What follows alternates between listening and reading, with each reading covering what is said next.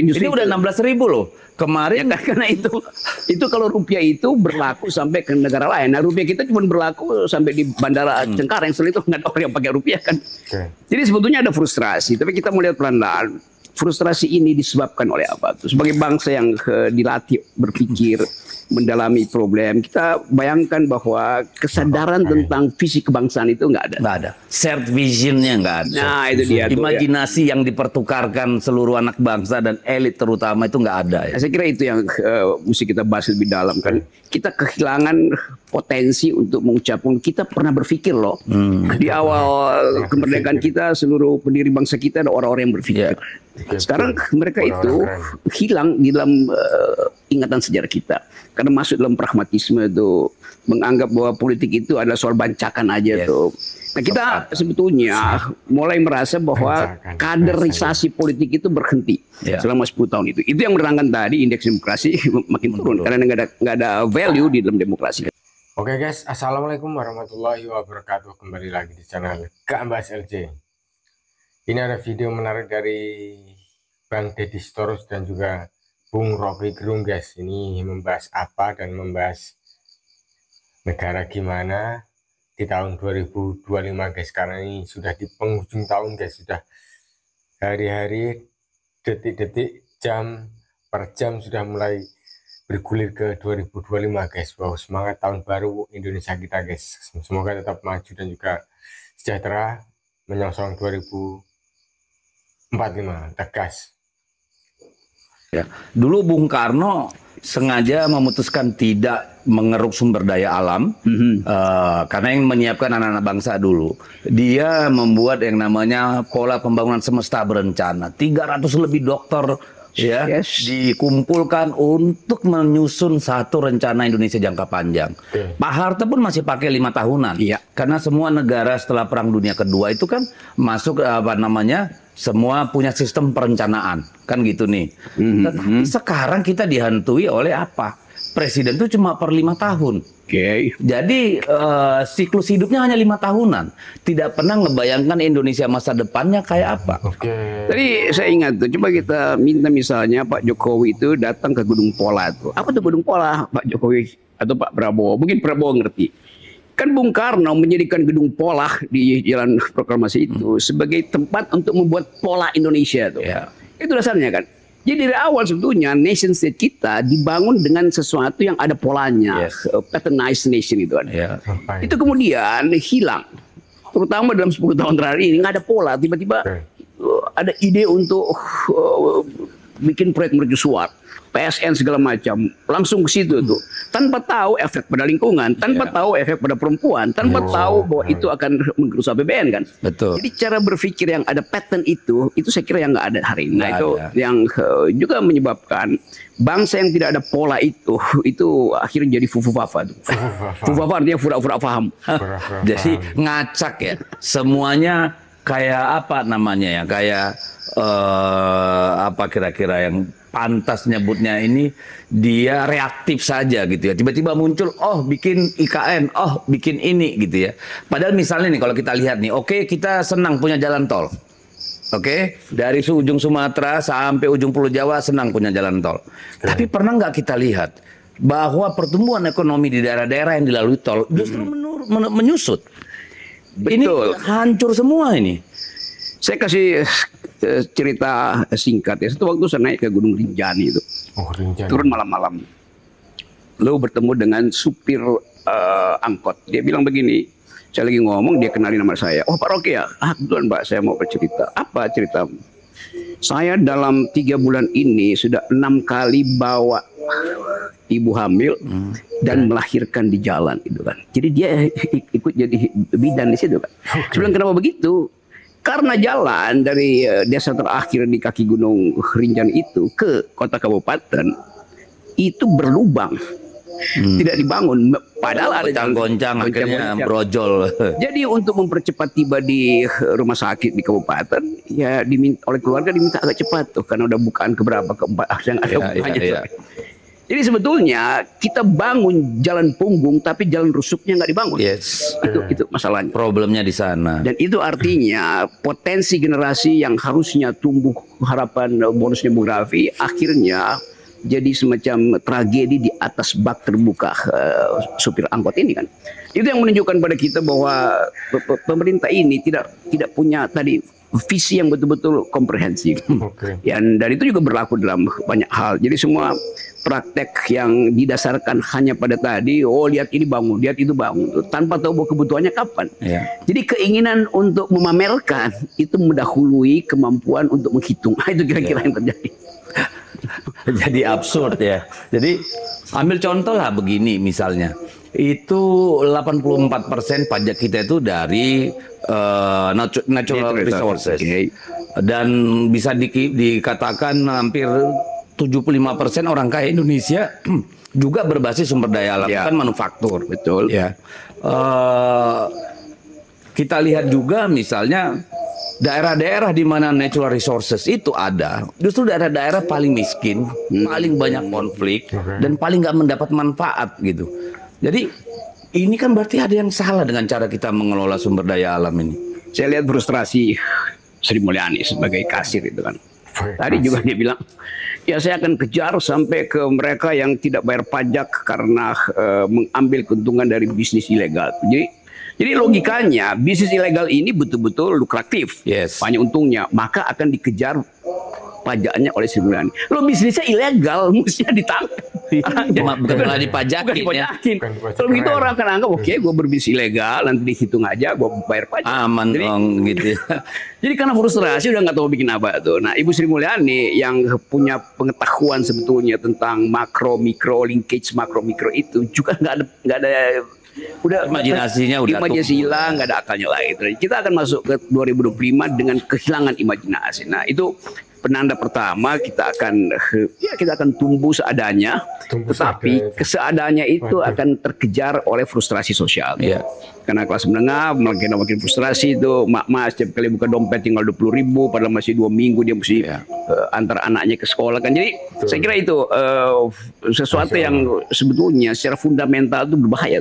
Tetapi itu ditutupi oleh retorika tiap hari itu. Dan jutaan buzzer di media sosial. Buzzer itu kalau saya lihat tadi itu buzzer itu memuji-muji Jokowi jalan-jalan ke Senayan, memuji-muji Gibran naik pesawat batik ekonomi kelas itu. Jadi sebetulnya kita nggak lihat loh, ini kan bukan itu yang jadi masalah kan.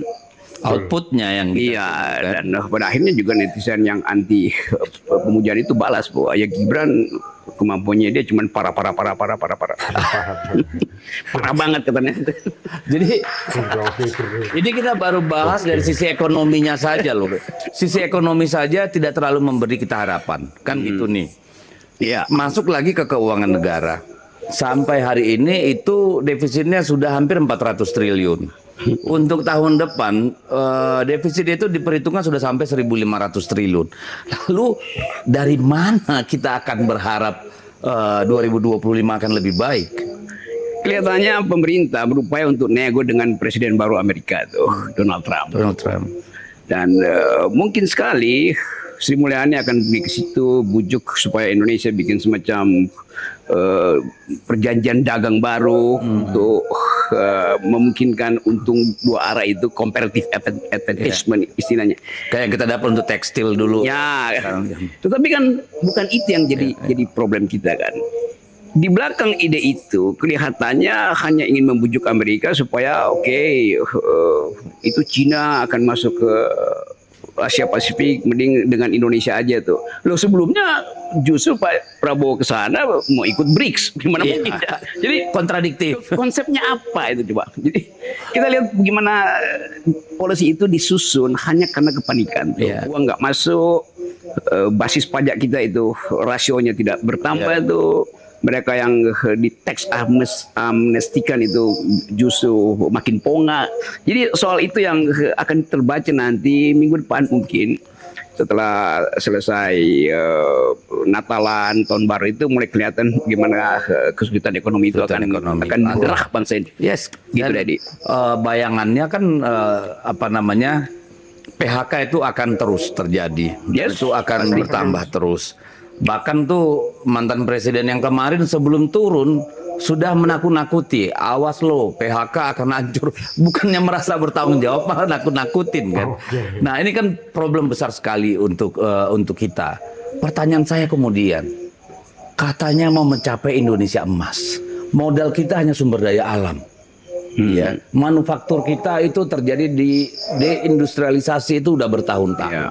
Investasi sudah dengan omnibus law tidak membawa harapan investasi yang besar. Yang ada hanya mempermudah proyek-proyek para konglomerat, misalnya gitu kan. Ini kan lalu dari mana sih bayangannya Indonesia emas tuh, saya bingung. Karena nggak ada lagi bicara hilirisasi, proyeknya udah jelas, bagian udah dapat gitu kan, nggak ngomong lagi tuh. Ya emas hanya disebut emas kalau udah di toko emas. Kalau yang masih digali-gali itu bukan emas sebetulnya kan. Emas, ya. Jadi Indonesia emas dibayangkan bahwa akan ada showcase bahwa inilah Indonesia dengan penduduk potensial sekian, itu artinya ekonomi bisa hidup. Dengan sumber daya sekian, ekonomi bisa hidup tuh. Dengan kurs sekian, ekonomi bisa hidup. Tapi kalau kita lihat dari hari ini, pendapatan per kapita kita itu berapa? 3.500 US dollar. Sementara Malaysia sudah tiba di 13.500. Jadi bonus demografi itu Indonesia emas itu pasti nggak akan tercapai. Karena begitu pasar bebas terbuka, anak-anak muda di Kuala Lumpur itu datang ke Indonesia untuk menjalankan startup ini kan, atau apa namanya nih, perusahaan-perusahaan baru yang mensuplai energi untuk mempercepat artificial intelligence. Jadi kemampuan kita untuk mengolah ilmu-ilmu dasar itu udah tertinggal jauh dari Vietnam, sekitar kita, bahkan Filipina jauh lebih tinggi kemampuan mengolah ilmu dasar. Nah kita baru pada tahap untuk memberi makan siang gratis itu untuk brain secara fisiologi yang harganya 10.000 juga, dan itu apa yang akan tiba di sini? Bingung. Kenapa nggak dibelikan multivitamin aja ya, lebih jelas gitu ya? Sebetulnya itu lebih daripada cuma kan yang paling pertama adalah stuntingnya diurus dulu tuh. Itu yang akan memungkinkan dari bayi, dari dalam kandungan. Ya anak-anak yang dikasih makan ya mungkin dikasih susu dia muntah juga, karena ada anak yang nggak bisa minum susu. Laktasi ini. Jadi kesimpulan saya sebetulnya bukan kita tidak percaya, tapi kalkulasi rasionalnya tidak terlihat, tidak jelas, dan tidak ada orang yang utuhnya pun kita nggak dapat ya. Hanya gimmick-gimmicknya yang kuat dipasarkan secara masif. Itu namanya economics of gimmick, kira-kira gitu. Tapi pada akhirnya kan harus menghadapi fakta brutal. Mereka harus menjawab hal-hal fundamental kan. Tidak bisa lari dari sana. Misalnya daya beli berkurang, lalu kemudian PHK akan terus terjadi, defisit terjadi. Ini kan semua harus dijawab dengan kebijakan-kebijakan yang real, menjawab persoalan. Mungkin itu bisa kita selesaikan tuh kalau kita duduk di dalam keutuhan berpikir. Kalau kita duduk di dalam kesepakatan etis. Kalau kita duduk di dalam kemampuan kita untuk reorganizing our future based on konstitusi kan. Sekarang tidak terlihat itu. Pak Prabowo mungkin ada pikiran itu, pasti dia punya pikiran itu. Tapi bayangin, setiap hari atau setiap hari Rabu sidang kabinet, Pak Prabowo udah siap-siap dengan ya kecerewetan netizen. Pak, yang di samping Bapak siapa tuh? Para siapa yang ada di situ kan? Karena ini nggak bisa hilang. Para yai, para bapak-bapak. Defect ini nggak bisa hilang tuh. Sementara Presiden Jokowi tetap pamer seolah-olah dia masih punya kekuasaan. Masih main presiden-presidenan lah. Nah itu istilahnya presiden-presidenan. Jadi balik. Kalau dulu ada yang main presiden-presidenan, sekarang Jadi ini yang saya anggap frustrasi pasti terjadi kan. Dan kalau frustrasi itu didasarkan pada semacam ya ada frustrasi, tapi itu kesabaran kita untuk melihat masa depan. Kita frustrasi dulu baru kita dapat jalan keluar. Tapi ini frustrasi karena tidak lihat jalan keluar. Kalau presiden bilang ya bersabarlah, ya bersabar itu atau mungkin bukan karena nyari jalan keluar, karena muter-muter di dalam ruang gelap ini nggak ada lagi yang mau dirampok nih. Bisa begitu ya, juga kan. Ibu Mega bilang apa tuh, dansa apa? Poco-poco aja tuh. Oh, sekarang dansa para-parat. Ya oke lah, capek kita ngomong ekonomi. Nanti silakan lihat bagaimana kita mengatasi. Kita berharap supaya pemerintah mampu keluar dari persoalan-persoalan yang akan dihadapi ini. Tapi kita tunggu ya. Nah, Bung Rocky ekonomi udah, demokrasi. Hampir semua intelektual masyarakat sipil, bahkan dunia internasional, bahkan orang-orang di partai politik semua bilang pemilu 2024 kemarin, Pilpres dan Pileg itu paling brutal sepanjang sejarah, paling kacau. Sekarang kita menghadapi lagi nih dengan keributan soal parcok, soal PJ, soal ASN, soal kepala desa, soal kebrutalan di perhitungan rekapitulasi suara. Ini kita mau kemana sih? Terus kemudian tiba-tiba presiden bilang bagaimana kalau kita kembali kepala daerah dipilih oleh DPRD. Ini gimana kita melihatnya?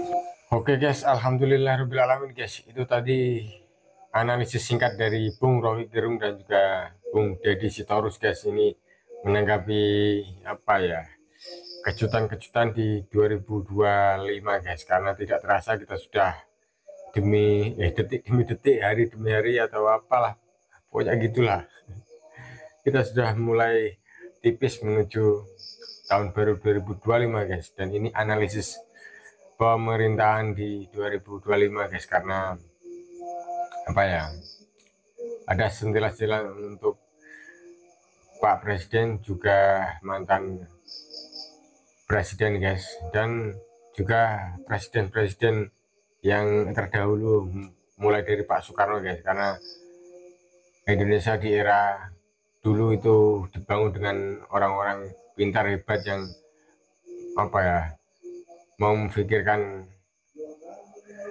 jauh ke depan, bukan memikirkan apa ya namanya guys.